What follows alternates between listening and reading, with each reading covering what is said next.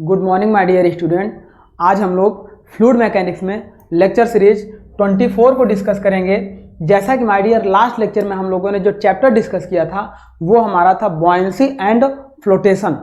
अब हम क्या करेंगे, इस चैप्टर से रिलेटेड जितने भी ऑब्जेक्टिव दैट मीन्स एमसीक्यू मतलब मल्टीपल चॉइस क्वेश्चंस हैं उसको हम लोग सॉल्व करने चल रहे हैं। तो आज का टॉपिक हमारा जो होगा डियर वो एमसीक्यू होगा based on buoyancy and flotation, जो चैप्टर 4 हमारा है इस पर डिपेंड है। तो चलिए डिस्कस करते हैं वन बाय वन क्वेश्चंस को। सबसे पहले क्वेश्चन 1 को डिस्कस करते हैं कि ये क्या कह रहा है।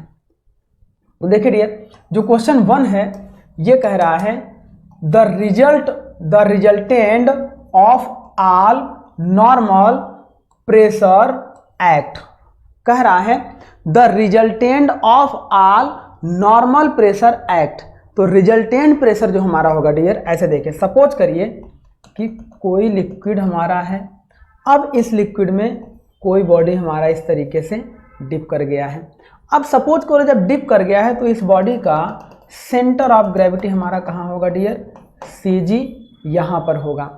अब देखो इस बॉडी पे ये वाटर जो है इसके ऊपर क्या लगाएगा, एक प्रेशर फोर्स एक्ट करेगा जिसे हम लोग बोलते हैं बॉयंसी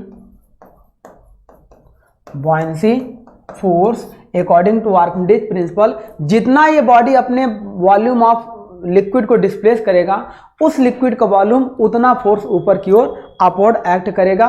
और अगर इस बॉडी का वेट ज़्यादा है, यदि बॉडी का वेट इज ग्रेटर, देखो wait of body is greater then wait of displaced liquid, तो बॉडी क्या करेगा, लगातार सिंक मतलब डूबता चला जाएगा। तो उस समय हमारा क्या हो रहा है कि net resultant of normal pressure force अभी हम लोग निकालना है। आगे ये भी हो सकता है कि बॉडी का जो वेट है वो इक्वल टू हो जाए डिस्प्लेस्ड वॉल्यूम ऑफ वाटर या डिस्प्लेस्ड वेट ऑफ वाटर के हो जाए। तो उस समय बॉडी क्या होगा डियर, यहाँ पे वाटर के फ्री सरफेस पे इस तरीके से रहेगा, कोइंसाइड करेगा। यदि ऐसा हो जाए कि body weight is less then displaced volume of water हो जाए या वेट ऑफ डिस्प्लेस्ड वाटर हो जाए, तो बॉडी क्या करेगा, तैरने लगेगा। अब किस कंडीशन पे कहाँ तैरेगा वो डिपेंड करेगा कि कौन से डेंसिटी के लिक्विड में वो डुबोया जा रहा है। तो पहले आइए हम लोग इस क्वेश्चन को सॉल्व कर लेते हैं। The resultant of all normal pressure act. तो जो किसी भी बॉडी का, मान लो जैसे ऊपर से नीचे की ओर जाने पर ये प्रेशर हमारा क्या होता है, इंक्रीज करता है। तो इनका जो रिजल्टेंट प्रेशर एक पॉइंट पे एक्ट करता है, इसे हम लोग बोलते हैं सेंटर ऑफ प्रेशर। तो सेंटर ऑफ प्रेशर पर ही रिजल्टेंट प्रेशर हमारा एक्ट करता है। जैसे इस बॉडी का सेंटर ऑफ ग्रेविटी पर टोटल वेट एक्ट करता है, वैसे ही लिक्विड के लिए सेंटर ऑफ प्रेशर होता है। तो ये हो जाएगा सेंटर ऑफ प्रेशर। नेक्स्ट बात करते हैं क्वेश्चन नंबर 2। इस क्वेश्चन में कह रहा है dear the point in the immersed body through which the resultant pressure of the liquid में be taken to act as known as. ये क्वेश्चन कह रहा है dear the point in the immersed body, कोई बॉडी हमारा immersed मतलब डुबोया गया है किसी लिक्विड में, इस तरीके से किसी लिक्विड में कोई बॉडी हमारा इमर्ज कराया गया है, थ्रू विच रिजल्टेंट प्रेशर, फिर वही रिजल्टेंट प्रेशर की बात कर रहा है। तो ऊपर से नीचे जाने पर प्रेशर इंक्रीज करेगा, तो यहाँ कहीं इसका क्या होगा, जो पॉइंट रिजल्टेंट प्रेशर आएगा उसे कहेंगे सेंटर ऑफ प्रेशर। तो ऑफ द लिक्विड में be taken act known as, क्या जानेंगे इसे हम लोग, सेंटर ऑफ प्रेशर। नेक्स्ट बात करते हैं क्वेश्चन नंबर 3। ये कह रहा है dear when a body is immersed wholly और पार्शियली, यदि कोई बॉडी हमारा किसी लिक्विड में या तो इस तरीके से आंशिक डूबा हो या इस तरीके से कंप्लीटली डूबा हो या इस तरीके से नीचे डूब कर चला गया हो, तीनों केस हो गया इसमें। Liquid is lift up by a force, liquid क्या करेगा, एक फोर्स अपवर्ड डायरेक्शन में इसको लगाएगा, तीनों बॉडी को अपवर्ड डायरेक्शन में लगाएगा। Is lifted by a force equal to the weight of liquid displaced. ये जितना इसका वॉल्यूम है, इतना वॉल्यूम लिक्विड को यहाँ से हटा चुका है, उस वॉल्यूम ऑफ लिक्विड का जितना वेट होगा उसे बोलेंगे डिस्प्लेस्ड वेट ऑफ लिक्विड। तो ये जो फोर्स लगेगा वो डिस्प्लेस्ड वेट ऑफ लिक्विड के लगेगा। What is the statement called? तो इस स्टेटमेंट को हम लोग कहते हैं dear Archimedes principle. Archimedes principle के अकॉर्डिंग हमारा ये था कि जब कोई बॉडी किसी भी लिक्विड में पार्शियली या फुली सबमर्ज कराई जाए तो उस समय वो बॉडी जैसे ही लिक्विड के अंदर डूबेगा अपने वॉल्यूम के बराबर लिक्विड को डिस्प्लेस करना शुरू करेगा। अब बॉडी का वेट नीचे जाता जाएगा तो वॉल्यूम डिस्प्लेस बढ़ता जाएगा। जितना डिस्प्लेस वॉल्यूम हटेगा, यदि वो डिस्प्लेस वॉल्यूम लिक्विड के वेट के बराबर हो जाएगा तो बॉडी के वेट के बराबर हो जाएगा तो बॉडी डूबना रुक जाएगा। अब ये जो डिस्प्लेस लिक्विड है ये अपवर्ड डायरेक्शन में बॉडी को ऊपर की ओर भेजने की फिनोमेना टेंडेंसी रखता है। इस प्रिंसिपल को दिया था आर्किमिडीज साहब ने, इसीलिए इसे बोलते हैं आर्किमिडीज प्रिंसिपल। नेक्स्ट बात करते हैं, what does the buoyancy depend upon? Buoyancy किस पर डिपेंड करती है? बॉयंसी मतलब ये जो फोर्स लग रहा है, ये कौन सा फोर्स लग रहा है? इसी को बोलते हैं बॉयंसी फोर्स। अब ये बॉयंसी फोर्स हमारा किस पर डिपेंड करता है इस लिक्विड के अंदर? तो फर्स्ट है wait of the liquid displaced. तो बॉयंसी फोर्स हमारा जो डिपेंड करता है जितना वॉल्यूम ऑफ डिस्प्लेस्ड लिक्विड होता है, जितना लिक्विड आपका डिस्प्लेस हो चुका है उसके वॉल्यूम पर डिपेंड करता है, और उसी वॉल्यूम ऑफ लिक्विड का जितना वेट होगा उसी को हम कहेंगे वेट ऑफ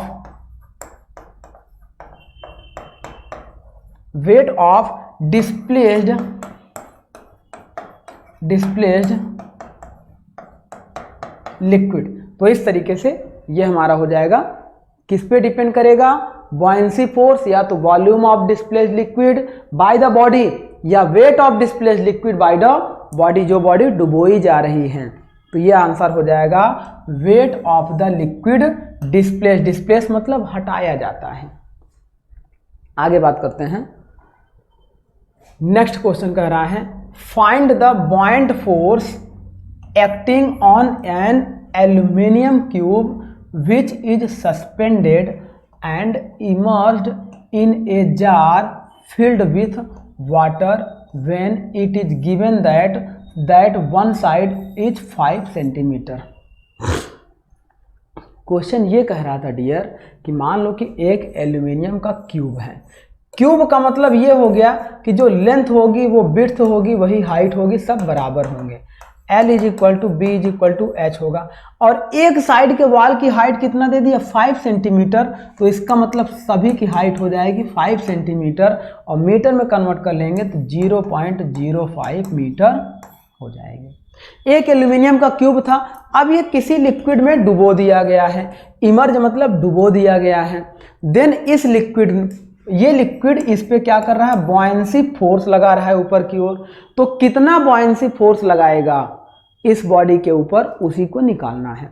कह रहा है फाइंड द बॉयंसी फोर्स, इस पर जितना ये ऊपर की ओर लगने वाला लिफ्ट फोर्स लिक्विड द्वारा है उसे बॉयंसी फोर्स कहेंगे। उसकी वैल्यू निकालिए, कितनी होगी? तो हम निकालते हैं। तो हमने माना कि ये देखो बॉयंसी फोर्स, हम लोग ये जानते हैं buoyancy force is equal to volume of displaced liquid, volume of displaced liquid, या इसी को हम लोग कहते हैं weight of displaced liquid, weight of displaced liquid. अब वेट निकालना होगा तो देखो buoyancy force is equal to इसका डिस्प्लेस्ड लिक्विड का वेट निकालना होगा। तो ये हो जाएगा डेंसिटी ऑफ जो लिक्विड यहाँ पे है, इसी लिक्विड को तो डिस्प्लेस किया है, और कौन सा लिक्विड था? वाटर था। तो density of liquid into gravity force into volume. जब किसी ऑब्जेक्ट का वेट निकालना हो तो उसके वॉल्यूम में डेंसिटी और ग्रेविटी फोर्स का मल्टीप्लाई कर देंगे तो उसका वेट निकल जाता है। अब यहाँ से हमें रो जी भी निकालना है, तो रो डेंसिटी ऑफ वाटर कितना होता है 1000 into gravity force 9.81 into volume of cube, जितना क्यूब का वॉल्यूम होगा उतना ही लिक्विड का वॉल्यूम डिस्प्लेस हुआ है, ना उससे कम ना उससे ज्यादा। तो इसका वॉल्यूम कितना हो जाएगा 5 into 5 into 5, that means 0.5 into 0.05 into 0.05 into 0.05। अब इसको जब हम लोग सॉल्व कर लेंगे डियर, तो ये हमारा आंसर आ जाएगा अप्रॉक्स 4.56 न्यूटन के बराबर में आएगा। इसको जब हम लोग सॉल्व कर लेंगे तो ये हमारा अप्रॉक्स 4.56 न्यूटन आएगा।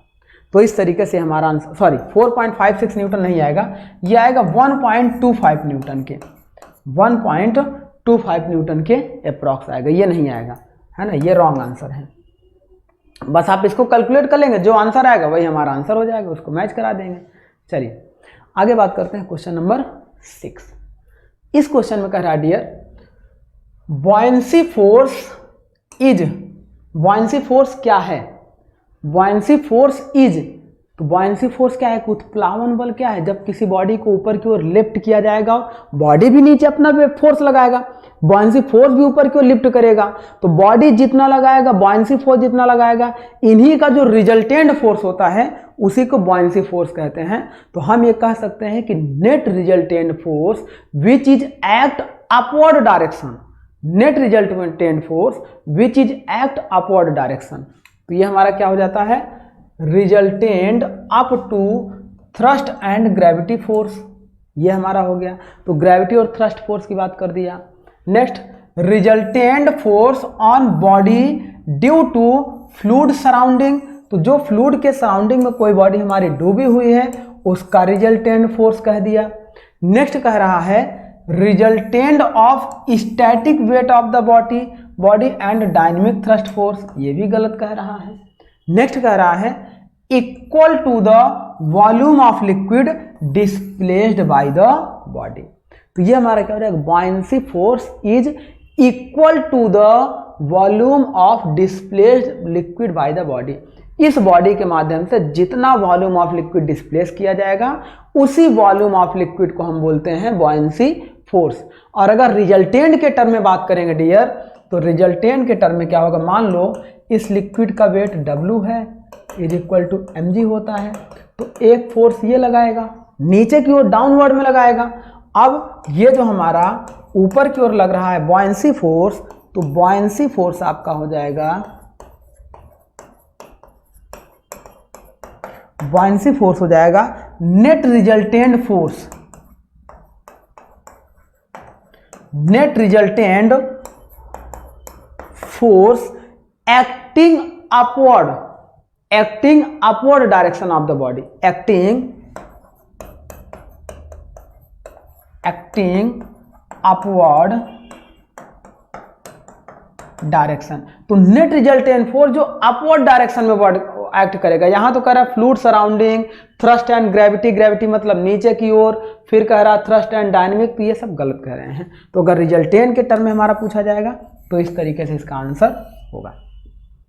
चलिए आगे बात करते हैं question number 7।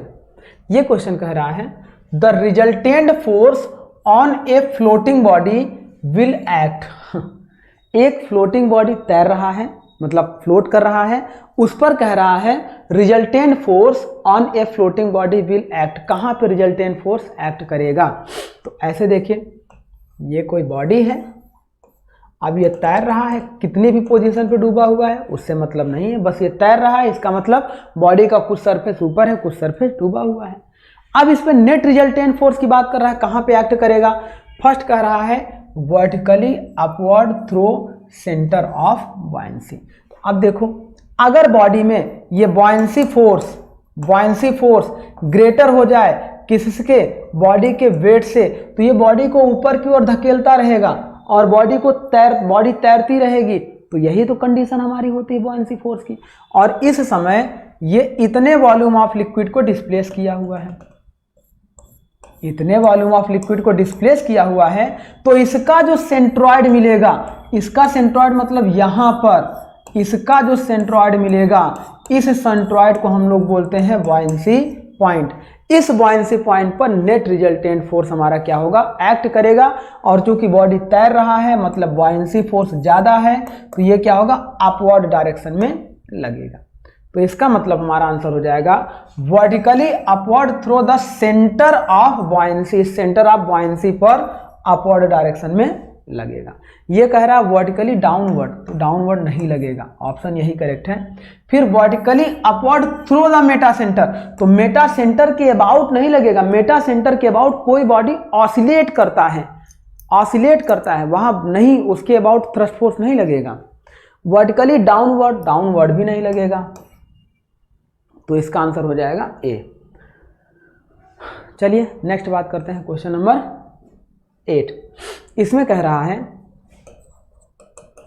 The horizontal component of buoyant force is. देखिए बॉयंसी फोर्स का हॉरिजेंटल कंपोनेंट क्या होता है, तो कोई हॉरिजेंटल कंपोनेंट नहीं होता है डियर। ये मान लो कोई बॉडी हो गई, अब इस बॉडी में नीचे की ओर इसका वेट लग रहा है, तो ऊपर की ओर इसका क्या लग रहा है, बॉयंसी फोर्स लग रहा है, नीचे की ओर वेट लग रहा है। हॉरिजेंटल डायरेक्शन में ये सारी वैल्यू क्या होती है, जीरो होती है। हमेशा बॉयंसी फोर्स अपवर्ड डायरेक्शन में एक्ट करता है, तो horizontal component of buoyancy force will be zero. क्या होगी, जीरो होगा। नेक्स्ट बात करते हैं, submarines works on which of the following principle.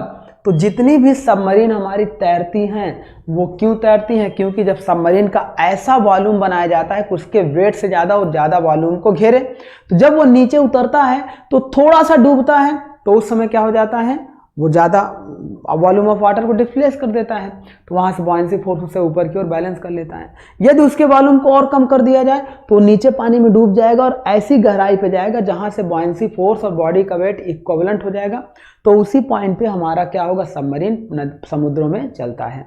तो किस प्रिंसिपल पे चलता है, बॉयंसी फोर्स के अकॉर्डिंग, और वो प्रिंसिपल किसने दिया था, आर्किमिडीज।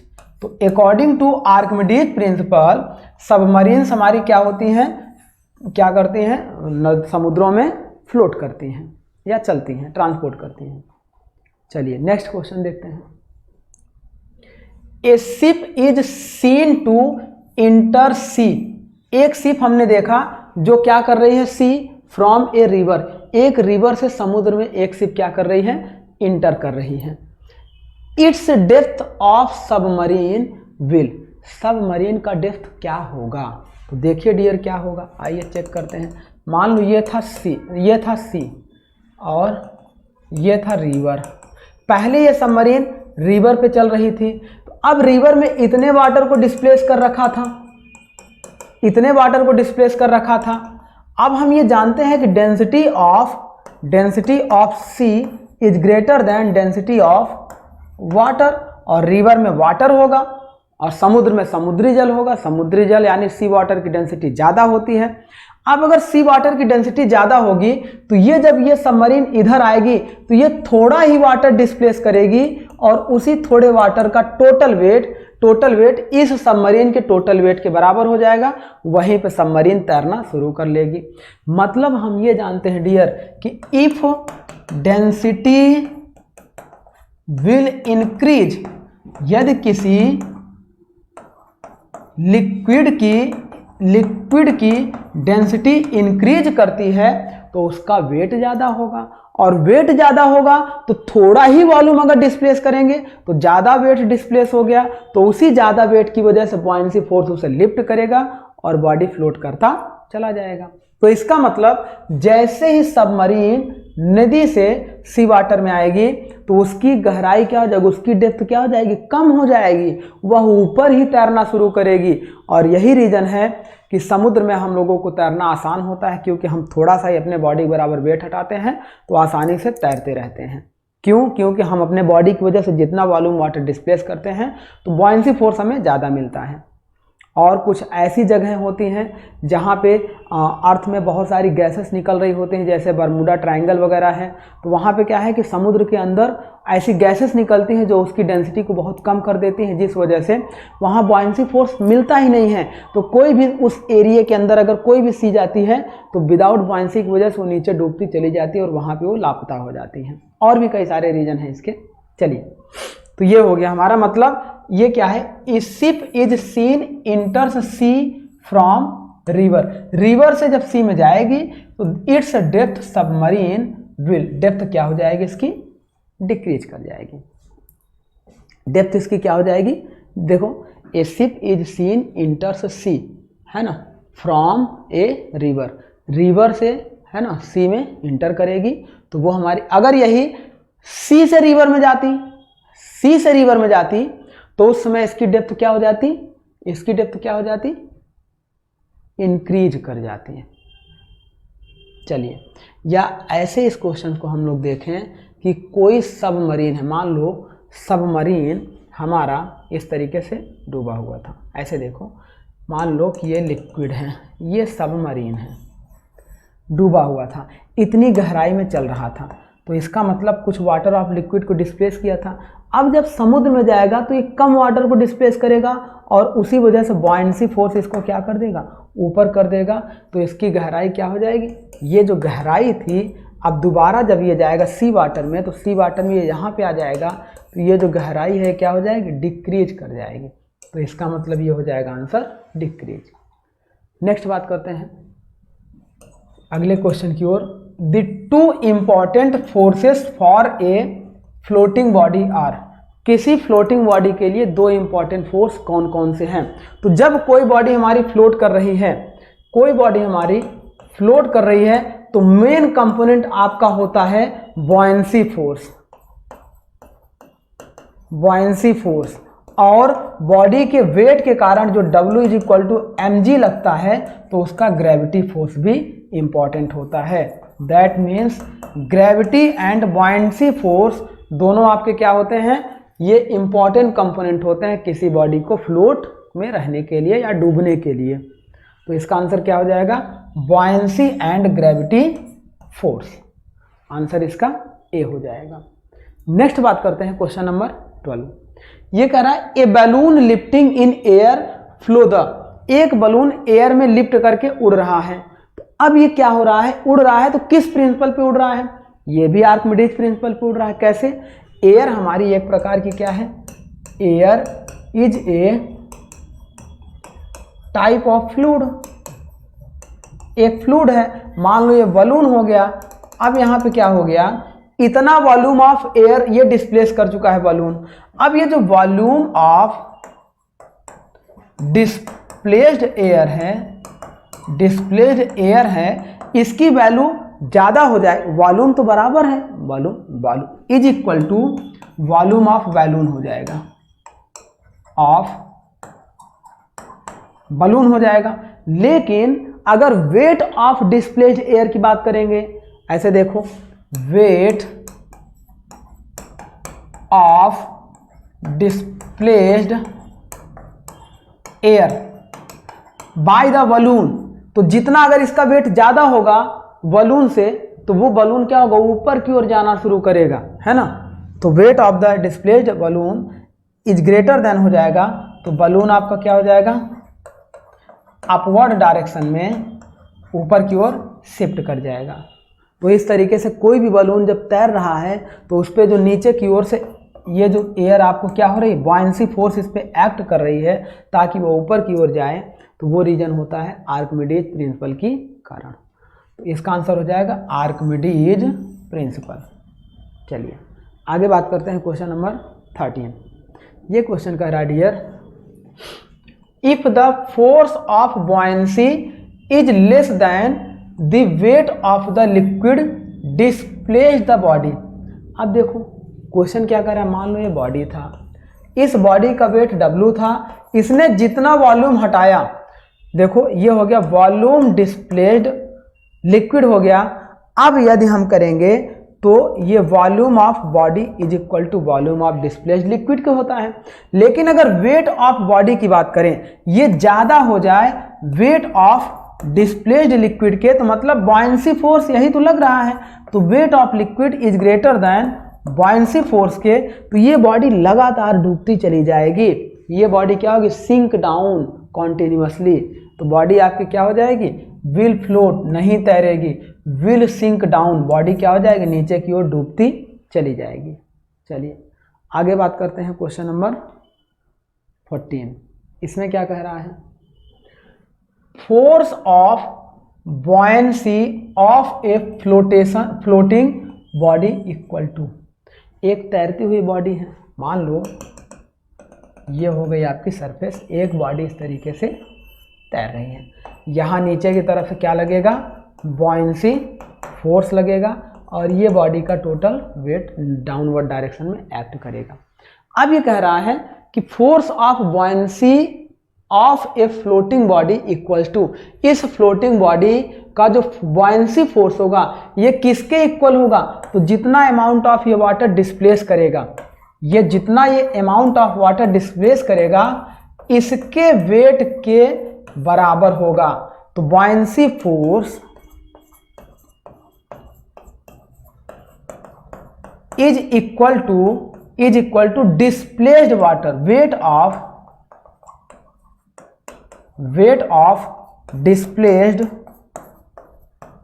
डिस्प्लेस्ड वाटर के हो जाएगा। तो अब बात करते हैं, ऑप्शन ए कह रहा है total pressure on the vertical projection of the body, ये रॉन्ग है। Total pressure on the horizontal projection on the body, तो प्रेशर से कोई मतलब नहीं है, ये total weight of displaced liquid के होगा, बॉडी द्वारा हटाए गए लिक्विड के कुल भार के बराबर होगा, और बॉडी केवल इतना लिक्विड को हटाया है तो इतने ही लिक्विड के भार के बराबर होगा। दैट मीन्स ऑप्शन सी देखिए, weight of the liquid equal to the volume of body, जितना वॉल्यूम ऑफ बॉडी होगा उतना ही वेट ऑफ लिक्विड होगा, तो ये आंसर हमारा क्या हो जाएगा, करेक्ट हो जाएगा। चलिए, weight of the liquid equal to the volume of the body, नहीं, ये आंसर आपका इनकरेक्ट है। ऐसे देखिएगा, वेट ऑफ द लिक्विड, मान लो वेट ऑफ द लिक्विड कौन सा, displaced liquid is equal to volume of the body, क्या total volume of the body होगा, रॉन्ग है, जितना बॉडी इसमें डूबा हुआ है, मतलब immersed volume of the body होगा, जितना वॉल्यूम आपका बॉडी का डूबा है, इस टोटल डूबे हुए बॉडी का वॉल्यूम इसके द्वारा हटाए गए टोटल डिस्प्लेस्ड लिक्विड के वेट के बराबर होगा। मतलब कह सकते हैं ये रॉन्ग है, वेट ऑफ द लिक्विड, ये जो डिस्प्लेस्ड लिक्विड है इसका वेट किसके बराबर होगा, equal to the immersed volume of the body, डूबे हुए बॉडी के हिस्से के बराबर होगा। तो यही हमारा क्या हो जाएगा, करेक्ट हो जाएगा। That means option D correct हो जाएगा। नेक्स्ट बात करते हैं क्वेश्चन नंबर 15। ये कह रहा है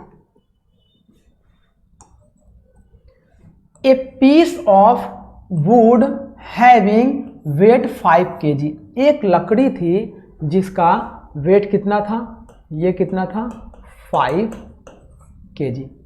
अब बात कर रहा है जो float in a water with 60% of its volume under the liquid, determine the specific gravity of the liquid.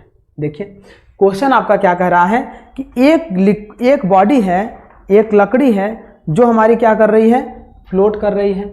अब ये लकड़ी मान लो कि इस तरीके से एक लकड़ी का गुटका है।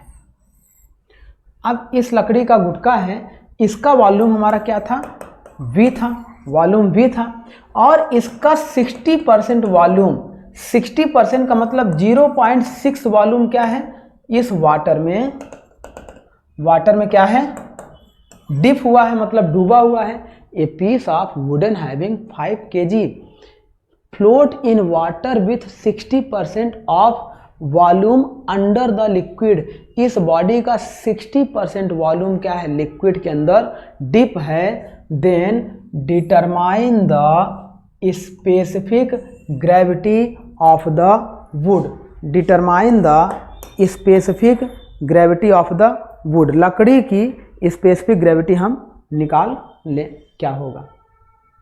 तो उसके लिए हम लोग कैसे निकालेंगे डियर, इसके लिए देखो हम लोग निकालेंगे जब इसका स्पेसिफिक ग्रेविटी निकालना होगा। तो ऐसे देखिए,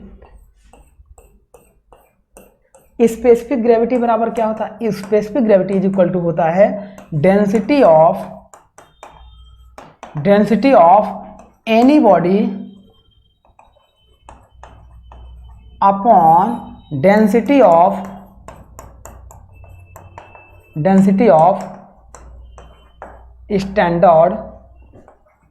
स्टैंडर्ड बॉडी। अब बॉडी का मतलब अगर लिक्विड के लिए देखा जाए तो लिक्विड के लिए हम लोग क्या लेते हैं, वाटर को स्टैंडर्ड ले लेते हैं, और गैसेस के लिए एयर को हम लोग स्टैंडर्ड ले लेते हैं। तो इस तरीके से इसको हम लोग सॉल्व कर लेते हैं। अब चलिए हम लोग बात करते हैं इस क्वेश्चन की। ये तो हमारा हो जाएगा density of any body upon density of standard density, जिसे हम लोग बोलते हैं रिलेटिव डेंसिटी। अब चलिए हम लोग इस क्वेश्चन को डिस्कस करते हैं कि इस क्वेश्चन का सलूशन हमारा क्या होगा। चलिए इसको यहाँ से हटाते हैं और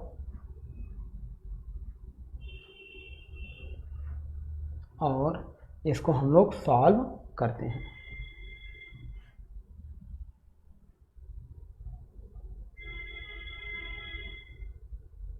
देखिए बॉडी का वेट हमारा कितना था, 5 kg था। एक बॉडी हमारी इस तरीके से बनी हुई है और ये जो किसी लिक्विड में डुबोई गई है, ये 60% ये किसी लिक्विड में डुबोई गई है। तो इस केस में यदि हम बात करेंगे तो weight of body is equal to, ये हमारा किसके हो जाएगा,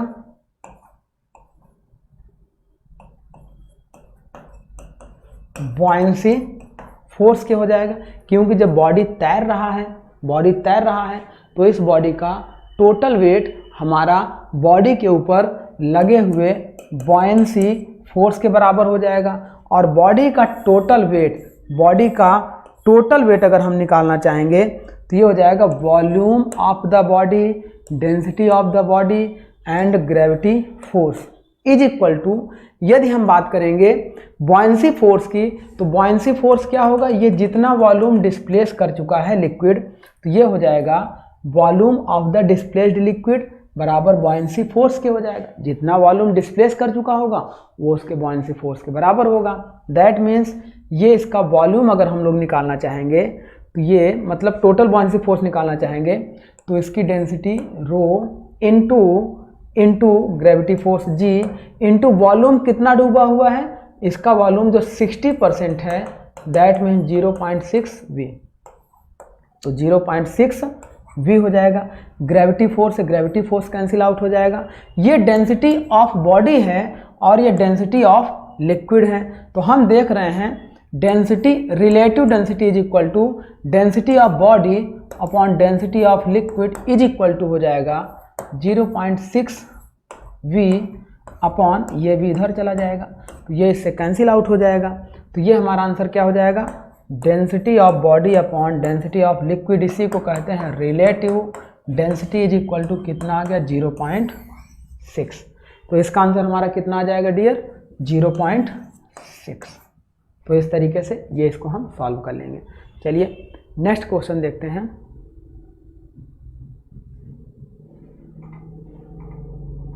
नेक्स्ट क्वेश्चन हम लोग देखते हैं।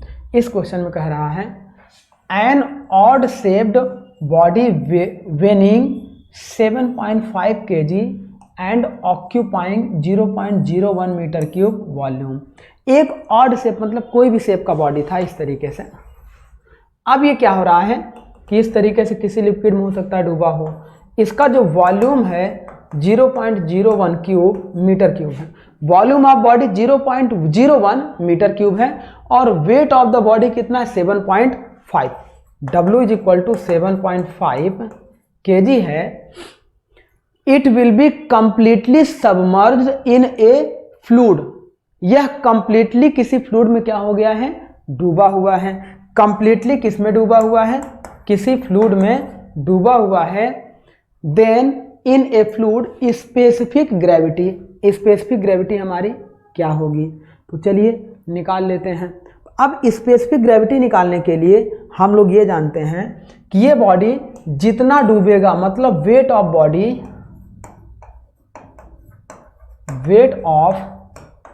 बॉडी इज इक्वल टू जितना बॉयंसी फोर्स लगेगा वो किसके, इस बॉडी को द्वारा डिस्प्लेस किए गए वॉल्यूम ऑफ लिक्विड के बराबर होगा। तो ये हमारा क्या हो जाएगा, वेट ऑफ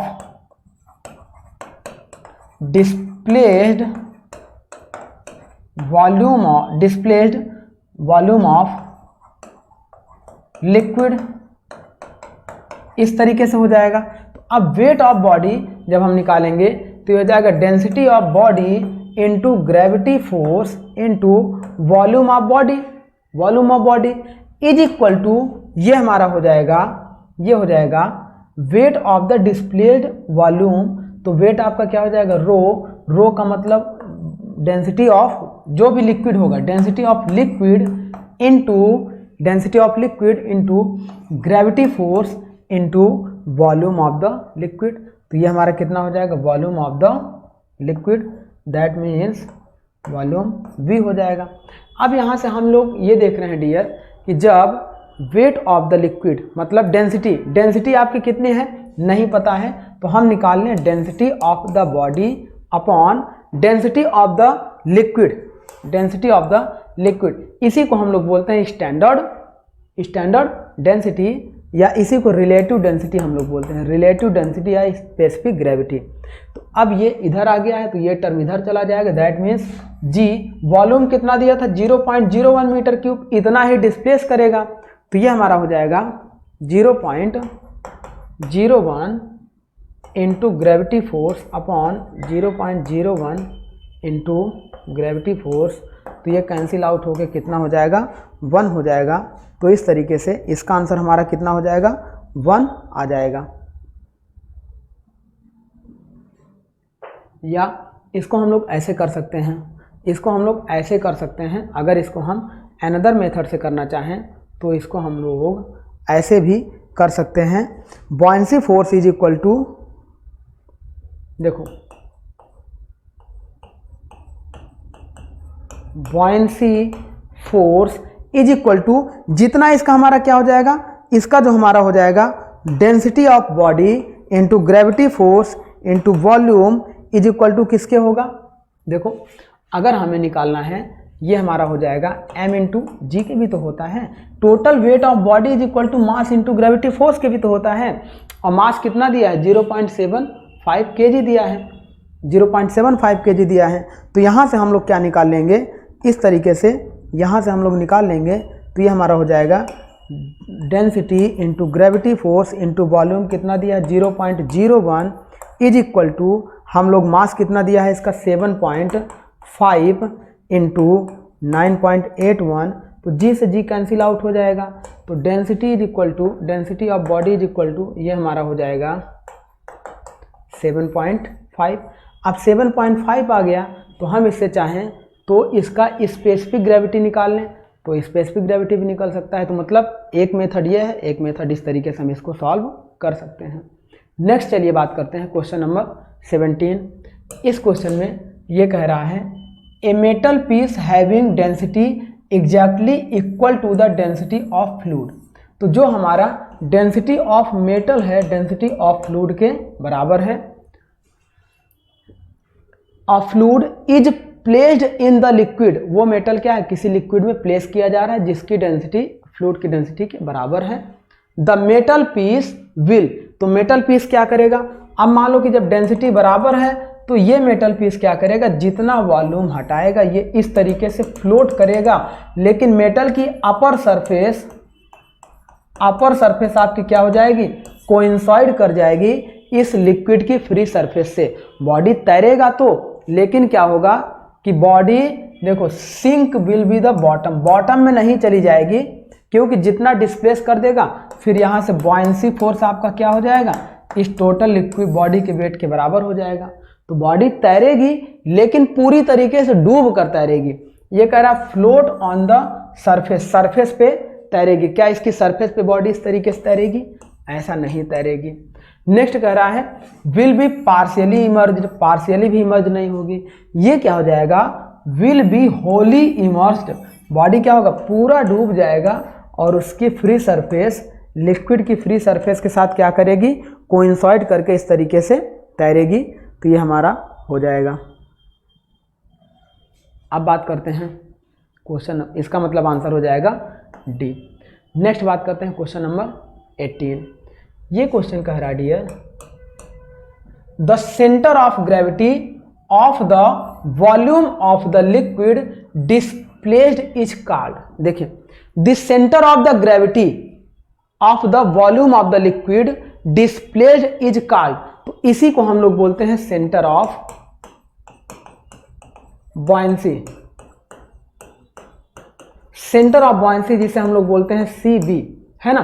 तो the centre of gravity of the volume of the liquid displaced is called. मान लो कि कोई बॉडी ऐसे देखो इतना डूबा हुआ है, कोई बॉडी इतना डूबा हुआ है, कोई बॉडी इतना डूबा हुआ है। इस केस में, अब इस केस में केवल इतना ये बॉडी क्या किया? वाटर को डिस्प्लेस किया है। इस डिस्प्लेस वाटर का जो सेंटर ऑफ ग्रेविटी होगा ये होगा, बॉडी का सेंटर ऑफ ग्रेविटी कहीं ऊपर होगा, लेकिन डिस्प्लेस्ड वाटर का सेंटर ऑफ ग्रेविटी ये होगा। इस केस में बॉडी का सेंटर ऑफ ग्रेविटी और वाटर का सेंटर ऑफ ग्रेविटी सेम हो जाएगा। तो जहां पर जितना वॉल्यूम डिस्प्लेस होगा उस वॉल्यूम का जो सेंटर ऑफ ग्रेविटी होगा वही हमारा कहलाएगा डियर, उसी को हम बोलते हैं सेंटर ऑफ बॉयंसी, उसी को हम लोग बोलते हैं सेंटर ऑफ बॉयंसी। चलिए आगे बात करते हैं। Next question, the centre of gravity of the volume of the liquid, ऐसे देखिए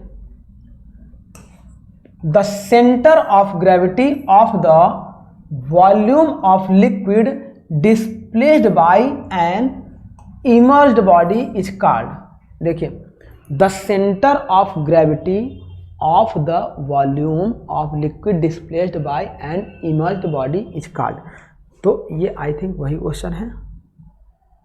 the centre of the gravity of the volume of the liquid displaced is called, the centre of the gravity of the body volume is displaced is the called. चलिए आगे बढ़ते हैं। ये question आपका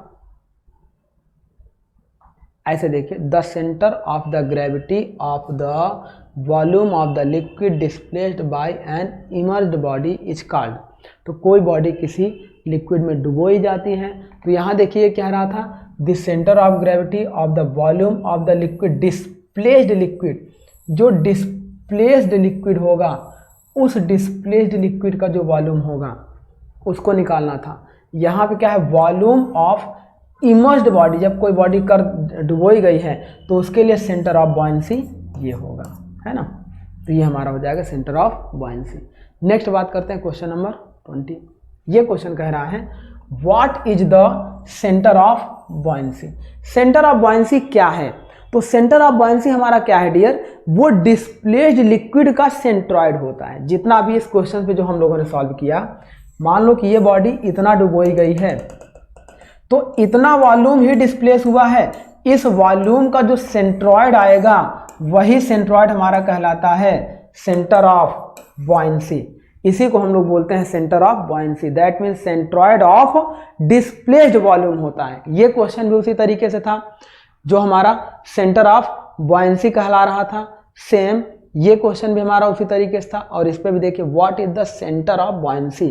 तो ये हमारा क्या हो जाएगा, ऑप्शन ए कह रहा है the point of intersecting of the buoyant force and the centre of line of the body. Next कह रहा है centre of gravity of the body and centroid of displaced volume of the liquid. तो हो जाएगा centroid of the displaced volume of the liquid. Next question की बात करें, question number 21। इसमें कह रहा है for the stability of a floating body. चलिए नेक्स्ट क्वेश्चन हम सॉल्व करने चल रहे हैं। ये क्वेश्चन कह रहा है for the stability of a floating body, एक फ्लोटिंग बॉडी है उसकी स्टेबिलिटी के लिए under the influence gravity alone which of the following is true. कोई बॉडी हमारी फ्लोट कर रही है, उस पर ग्रेविटी फोर्स भी लग रहा है, तो उसकी स्टेबिलिटी के लिए क्या होना चाहिए? तो उसकी स्टेबिलिटी के लिए क्या होना चाहिए? फर्स्ट करा Meta centre should be below than centre of gravity. तो हम लोग सारी कंडीशंस जानते हैं डियर कि बॉडी जब कोई फ्लोट करेगा तो उस समय मेटा सेंटर होगा और उस मेटा सेंटर के अबाउट बॉडी क्या करेगा? ऑसिलेट करेगा। तो मेटा सेंटर क्या होगा? तीन कंडीशन होगी, एक स्टेबल के लिए, एक अनस्टेबल के लिए और एक न्यूट्रल के लिए। तो उस समय क्या हो जाएगा? Meta centre is above centre of gravity, stable होगा। अनस्टेबल के लिए मेटा सेंटर इज बिलो यहाँ एबव होगा, ये एबव समझिएगा आप, मतलब ऊपर बनेगा, बिलो सेंटर ऑफ ग्रेविटी, और इस केस में Meta centre at centre of gravity. तो जब Meta centric point centre of gravity से ऊपर बनता है तो बॉडी उसी के अबाउट ऑसिलेट करेगा, डूबेगा नहीं। तो इस समय क्या होगा? स्टेबल इक्विलिब्रियम है, तो इस समय meta centre should be below than centre of gravity. ये अनस्टेबल इक्विलिब्रियम का केस है, अनस्टेबल इक्विलिब्रियम का केस है। नेक्स्ट कह रहा है meta centre should be above centre of gravity. तो यही ऑप्शन हमारा करेक्ट हो जाएगा। मेटा सेंटर आपका क्या होगा? सेंटर ऑफ ग्रेविटी से एबव होगा। क्वेश्चन नंबर 22 देखते हैं। ये कह रहा है a floating body is said to be in state of stable equilibrium. एक फ्लोटिंग बॉडी, तैरती हुई बॉडी, देखिए यहां पर भी the stability of floating body था, यहां पर भी a floating body is said to be state of equilibrium. तो जब क्या होगा? Meta centre is above than centre of gravity होगा। सेम वही क्वेश्चन था। तो ये है when it's Meta centre height is 0, ये रॉन्ग हो जाएगा, ये न्यूट्रल इक्विलिब्रियम के लिए है। ये है when the Meta centre is above the centre of gravity. तो ये आंसर हमारा बी करेक्ट हो जाएगा। नेक्स्ट क्वेश्चन कह रहा है a body submerged will be stable equilibrium. तो जब कोई बॉडी डूबी हुई हो तो सबमर्ज्ड बॉडी के लिए हम लोग क्या निकालते थे? Centre of buoyancy. और इसके लिए भी तीन केस होता था, first stable equilibrium, second unstable equilibrium और third neutral equilibrium. Stable equilibrium में क्या होता था dear? Buoyancy point is above centre of gravity होता था। अनस्टेबल में क्या होता था? Buoyancy point is below centre of gravity होता था, तो बॉडी अनस्टेबल होता था।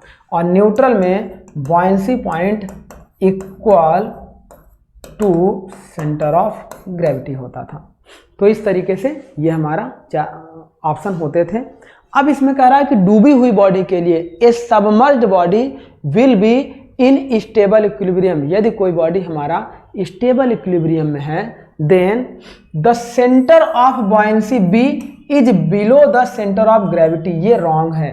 सेंटर ऑफ ग्रेविटी के नीचे अगर सेंटर ऑफ बॉयंसी बनेगा तो ये कंडीशन होगी अनस्टेबल इक्विलिब्रियम की। उस समय disturbing moment is greater than restoring moment हो जाएगा।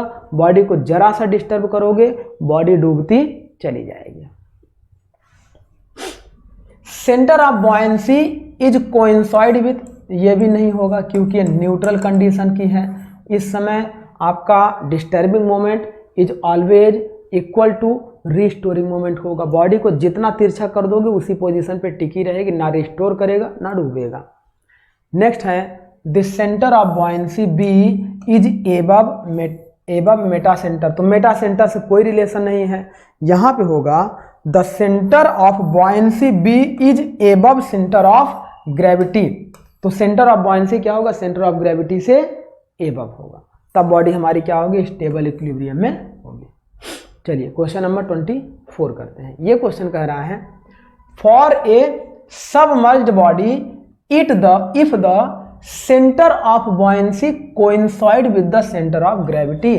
तो जब CG बराबर हो जाएगा सेंटर ऑफ बॉयंसी के तो यही होती है न्यूट्रल इक्विलिब्रियम, न्यूट्रल कंडीशन। तो ये हो जाएगी न्यूट्रल इक्विलिब्रियम, मतलब इसका आंसर C हो जाएगा। आइए क्वेश्चन नंबर 25 डिस्कस करते हैं। इस क्वेश्चन में कह रहा है dear, when a body floating in a liquid is displaced slightly it oscillate about. देखो जब कोई बॉडी है, मान लो इस तरीके से एक बॉडी है, एक फ्री सरफेस पे है। अब ये बॉडी क्या है, किस तरीके से तैर रहा है, तो इसका एक पॉइंट कहीं बनेगा डियर मेटा सेंटर, या इसी के अबाउट ये बॉडी हमारा क्या करेगा, ऑसिलेट करता है। तो हमेशा कोई भी तैरता हुआ बॉडी वो किसके अबाउट ऑसिलेट करता है, मेटा सेंटर के अबाउट ऑसिलेट करता है। तो ये क्वेश्चन है, when the body floating in a liquid is displaced slightly, यह धीरे धीरे डिस्प्लेस कर गया है। It oscillate about centre of gravity no, centre of pressure no, centre of buoyancy no. ये किसके अबाउट होता है, सेंटर यानी कि मेटा सेंटर के अबाउट ऑसिलेट करता है। और अगर ऑसिलेशन के लिए कितनी देर तक ऑसिलेट करेगा, तो उसको हम लोग बोलते हैं time of oscillation, time of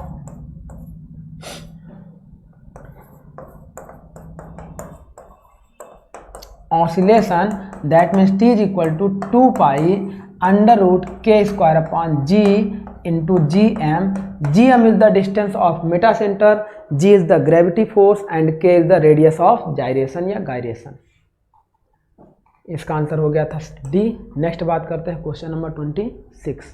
इस क्वेश्चन में कह रहा है dear, meta centre is the point of intersection of. तो मेटा सेंटर क्या होता है, मान लो ये कोई लिक्विड था और मेटा सेंटर तैरती हुई बॉडी के लिए होता है, फ्लोटिंग बॉडी के लिए। ये कोई बॉडी था, इस पर हमने डिस्टर्बिंग मोमेंट लगाया तो ये बॉडी इस पोजीशन में आ गया।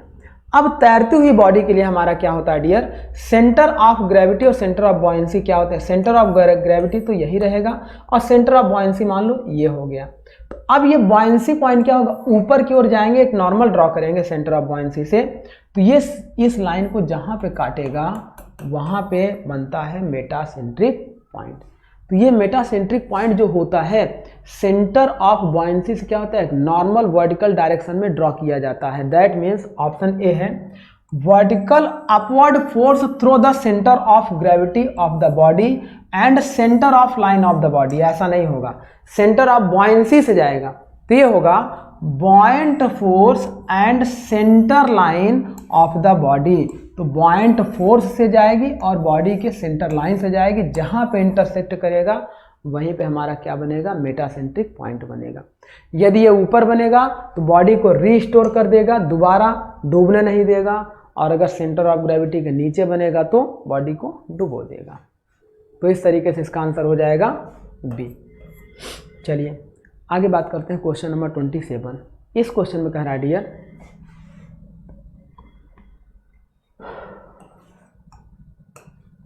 when a body floating in a liquid is given a small angular displacement, it start oscillation about a point is known as। जब कोई बॉडी किसी में डूबा हुआ है और स्मॉल एंगुलर डिस्प्लेसमेंट, हमने थोड़ा सा थीटा डिग्री झुका दिया नाव को, तो अब वो नाव कुछ देर तक किस तरीके से ऑसिलेट करेगी, और टाइम ऑफ ऑसिलेशन हमने निकाल लिया था 2 pi under root K square upon G into G M. तो किसके अबाउट ऑसिलेट करेगी, मेटासेंट्रिक पॉइंट के अबाउट। किसके अबाउट ऑसिलेट करेगी, मेटासेंट्रिक पॉइंट के अबाउट। चलिए next question, metacentric height is the distance between. तो मेटासेंट्रिक हाइट जो हमारी होती है इसे हम लोग जी एम कहते हैं। तो it is the distance between meta centre and centre of gravity, meta centre and centre of gravity. तो ये होता है हमारा meta centre and water surface no, meta centre and centroid no, meta centre and centre of gravity के बीच के distance को हम लोग सेंटर ऑफ ग्रेविटी कहते हैं। अब बात करते हैं क्वेश्चन नंबर 29। ये क्वेश्चन कह रहा है dear, when a ship travels in a sea, एक शिप हमारी किसी सी यानी समुद्र में ट्रेवल कर रही है, विच of the effect is more dangerous, कौन सा इफेक्ट ज्यादा डेंजरस होगा। तो मान लो कि ये कोई शिप है, अब ये इस तरीके से एक समुद्र में तैर रही है। तो इस समय क्या होगा, इस एक्सिस में इसका क्या होगा डियर, रोलिंग होगा, और इस एक्सिस में जो होगा वो इसका क्या होगा, मतलब इस एक्सिस में ये इसका क्या होगा, ये जो एक्सिस है ये इसका क्या होगा, पिचिंग होगा। तो अब देखो अगर कोई भी व्यक्ति यहाँ पे अगर पैर से उसको दबाने की कोशिश करेगा तो ये आसानी से डूब सकती है। लेकिन वही केस अगर व्यक्ति यहाँ से इसको इस डायरेक्शन में दबाए, या यहाँ से मतलब इस एक्सिस में दबाए, तो ये कभी भी जल्दी से डूब नहीं सकती है, ज़्यादा स्टेबल होगी। तो मतलब जब कोई भी बॉडी तैरेगी तो वो जिस एक्सिस में रोलिंग होगा वहाँ पे ज़्यादा डेंजरस होगा, पिचिंग में आपका सेफ रहेगा, पिचिंग में आपका क्या होगा, सेफ रहेगा।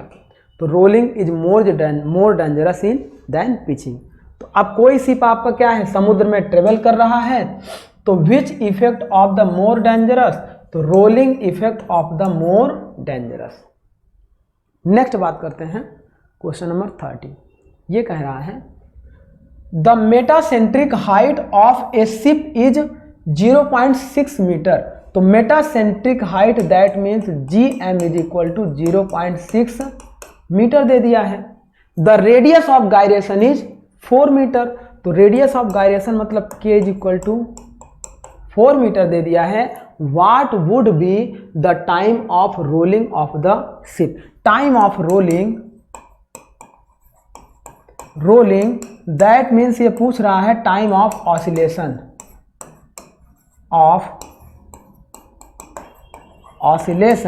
तो time of oscillation is equal to होता है dear 2 pi under root K square upon G into GM, that means 2 into 3.14 into K square. K की वैल्यू कितना दिया है, रेडियस ऑफ गायरेशन 0, ये 4 दिया है, तो ये हो जाएगा 4 इंटू 4 अपॉन G की value 9.81 into GM, distance of meta centre 0.6 दिया है, 0.6।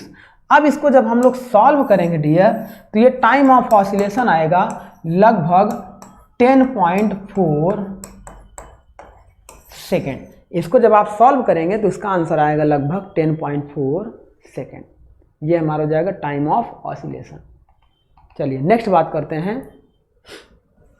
ए piece weighing 3 kg in air, एक पीस था 3 kg एयर में था, एयर में उसका जो है वेट था कितना, वेट ऐसे देखिए, वेट इन एयर वो कितना था 3 kg, was founded to weigh 2.5 kg when submerged in water. तो ये क्या कह रहा है, जब वाटर में डुबो दिया गया तो वाटर में, इन वाटर वेट आपका कितना हो गया 2.5 kg, then it's specific gravity is, तो इसका स्पेसिफिक ग्रेविटी क्या होगा। तो अब हम स्पेसिफिक ग्रेविटी निकालने के लिए हम ये जानते हैं डियर कि जब इसका स्पेसिफिक ग्रेविटी निकालेंगे तो ये हमारा हो जाएगा, देखो ऐसे निकालेंगे, specific gravity then it's specific gravity. तो specific gravity is equal to, एक फार्मूला होता है डियर, लॉस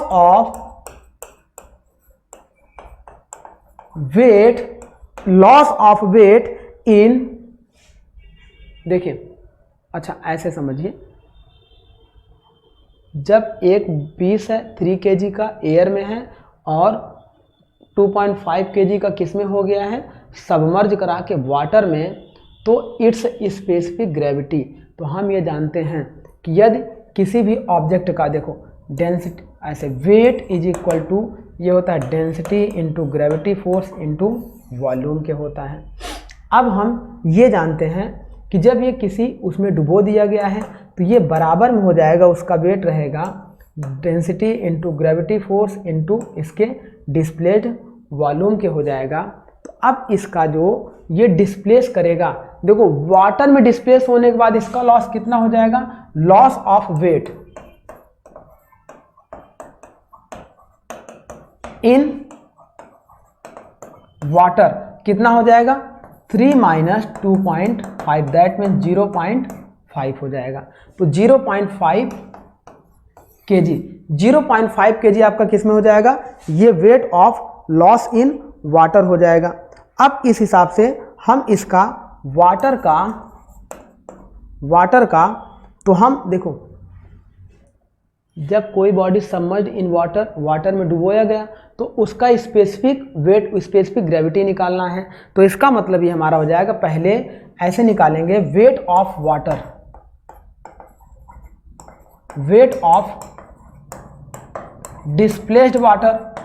तो वाटर कितना डिस्प्लेस होगा, जितना वॉल्यूम या लिक्विड डूबेगा और उतना कितना वेट डिस्प्लेस करेगा, जितना बॉडी का वेट लॉस हुआ है मतलब कितना 0.5 kg, इतना ही वॉल्यूम वो डिस्प्लेस किया है, मतलब ग्रेविटी बॉयंसी फोर्स कितना लगा होगा उसमें 0.5 kg के बराबर में इसका क्या लगा होगा, बॉयंसी फोर्स लगा होगा। तो अब यहाँ से इसको हम लोग निकाल लेंगे। तो ये हम लोग इस तरीके से सॉल्व करेंगे, ये हो जाएगा density of object into gravity force of object into volume of object is equal to density of water into gravity force into volume of water.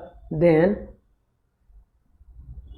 चलिए ऐसे देखिए, density of object into rho G V is equal to rho G we.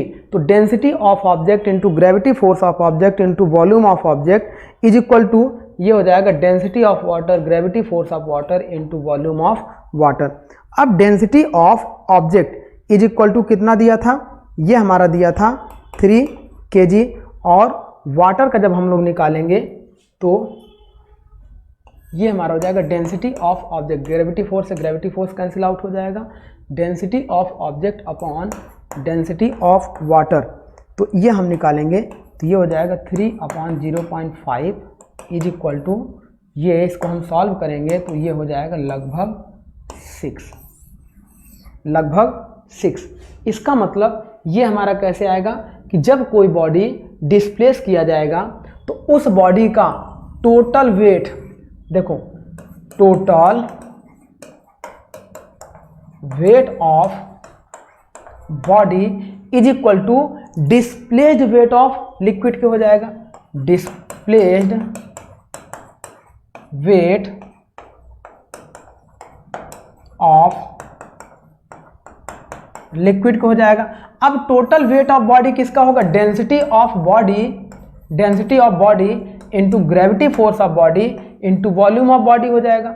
अब total displaced water density of water into gravity force into volume of water के हो जाएगा।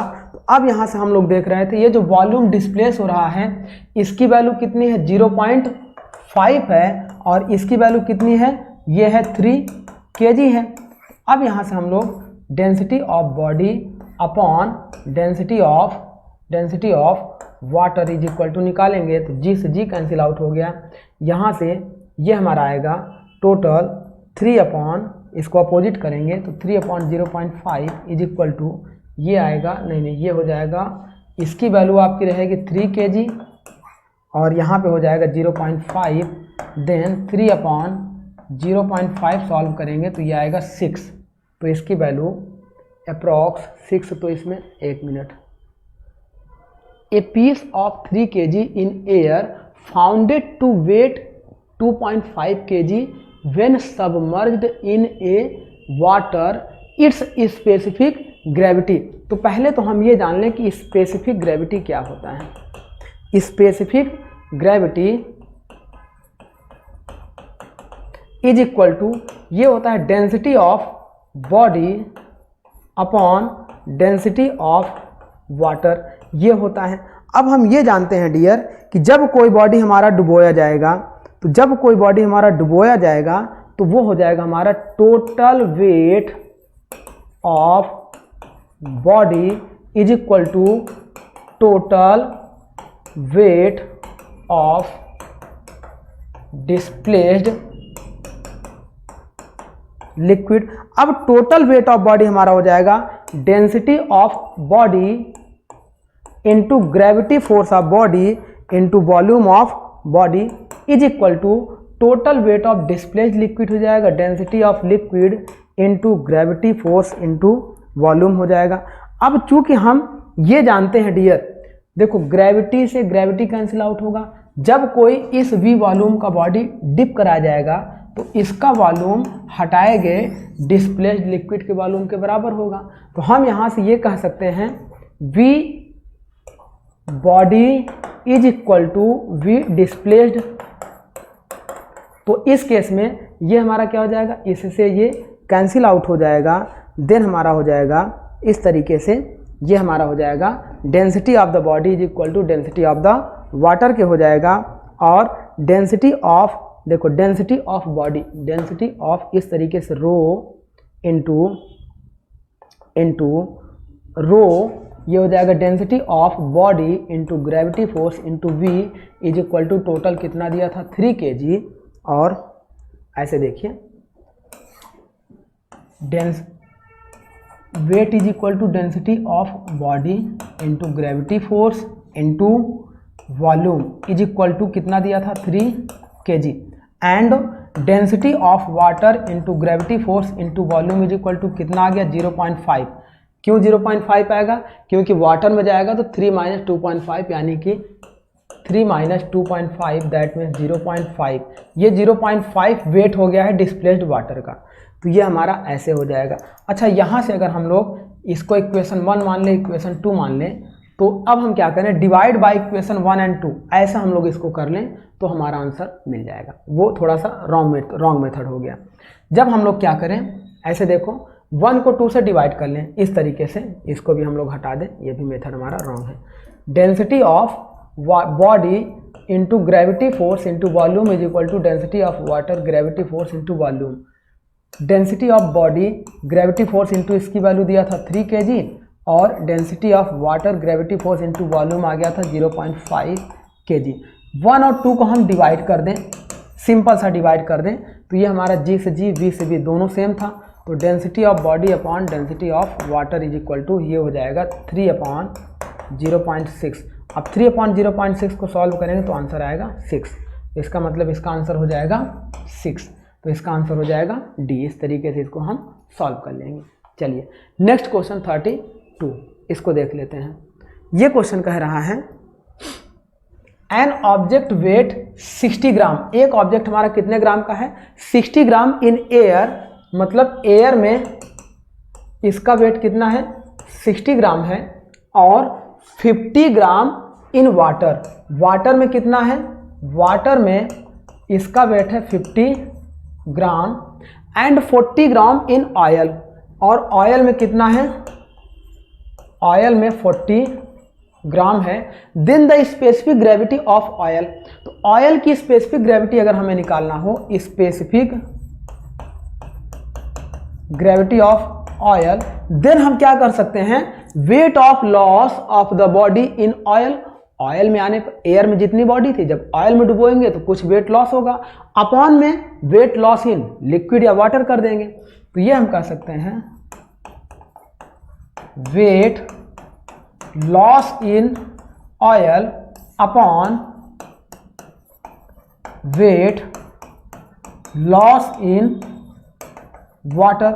अब weight loss in oil, oil में कितना wait loss होगा, air में कितना था इसका टोटल वेट 60 ग्राम, तो ये हो जाएगा 60 माइनस ऑयल में कितना हो गया था 40 हो गया था, तो 60 minus 40 upon weight loss in water कितना हो जाएगा 60 एयर में था और वाटर में कितना हुआ 50, तो ये हो जाएगा 60 माइनस 40 यानी कि 20 अपॉन 60 माइनस 50 यानी कि 10, दैट मीन्स कितना हो जाएगा 2। तो इसका स्पेसिफिक ग्रेविटी कितना आएगा 2 आ जाएगा। चलिए तो नेक्स्ट और 2 क्वेश्चन हमारे बचे हैं, आगे देखते हैं।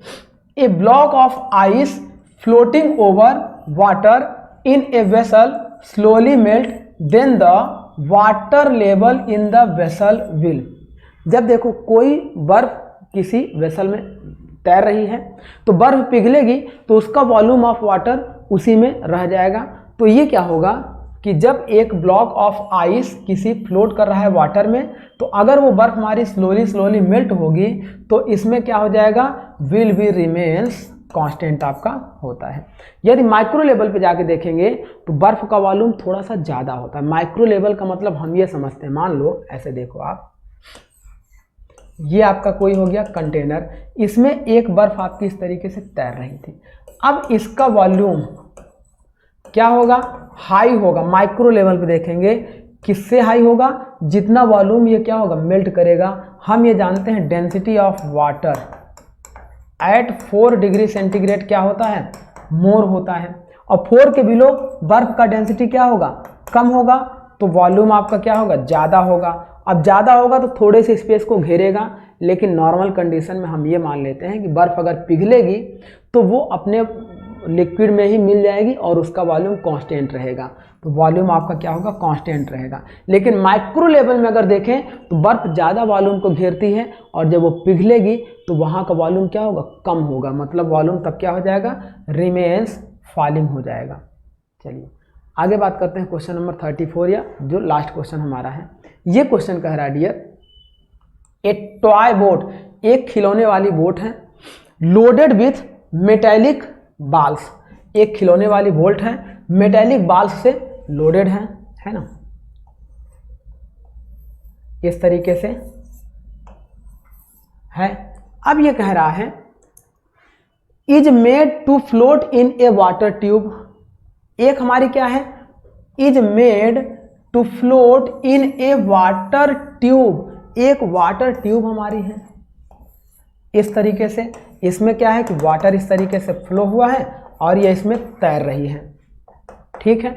आगे कह रहा है if the balls are remove from the boat, यदि बाल्स को हम बोट से रिमूव कर दें, इस बोट पर हम लोग मेटालिक बाल्स को रखे हुए थे, यदि इन बाल्स को हम रिमूव कर दें from the boat and throw into the tube, यहां से हम रिमूव करके इस ट्यूब में फेंक दें तो देखो ये कह रहा है remove into the tube, the level of water in the tube will be, तो ट्यूब के अंदर के वाटर का जो लेवल होगा वो क्या हो जाएगा, तो वो क्या है, फॉल होगा, राइज होगा, रिमेन्स सेम होगा, या depend upon the number of balls dumping into the tube. तो जब कोई बाल्स इसके अंदर फेंके जाएंगे तो ये क्या होंगे, आएंगे, अपने वॉल्यूम को ऑक्यूपाई करेंगे और उतना हमारा वाटर का लेवल क्या हो जाएगा, राइज कर जाएगा। जब कोई मेटेलिक बॉल्स यहाँ से इसमें आएंगे तो ये हमारे क्या हो जाएंगे, इसको राइज कर देंगे, तो ये हमारे क्या हो जाएंगे, राइज हो जाएंगे। चलिए तो इस तरीके से ये हमारा हो गया डियर। इस चैप्टर में हम लोगों ने बॉयंसी एंड फ्लोटेशन से रिलेटेड कॉन्सेप्ट को सीखा और उससे रिलेटेड ऑब्जेक्टिव क्वेश्चन को भी हम लोगों ने अच्छे से सॉल्व किया। आई होप आपको भी सारी चीज़ें क्लियर हुई होंगी। तो चलिए माय डियर, आज का टॉपिक हम लोग यहीं पे स्टॉप कर रहे हैं। Thank you my dear.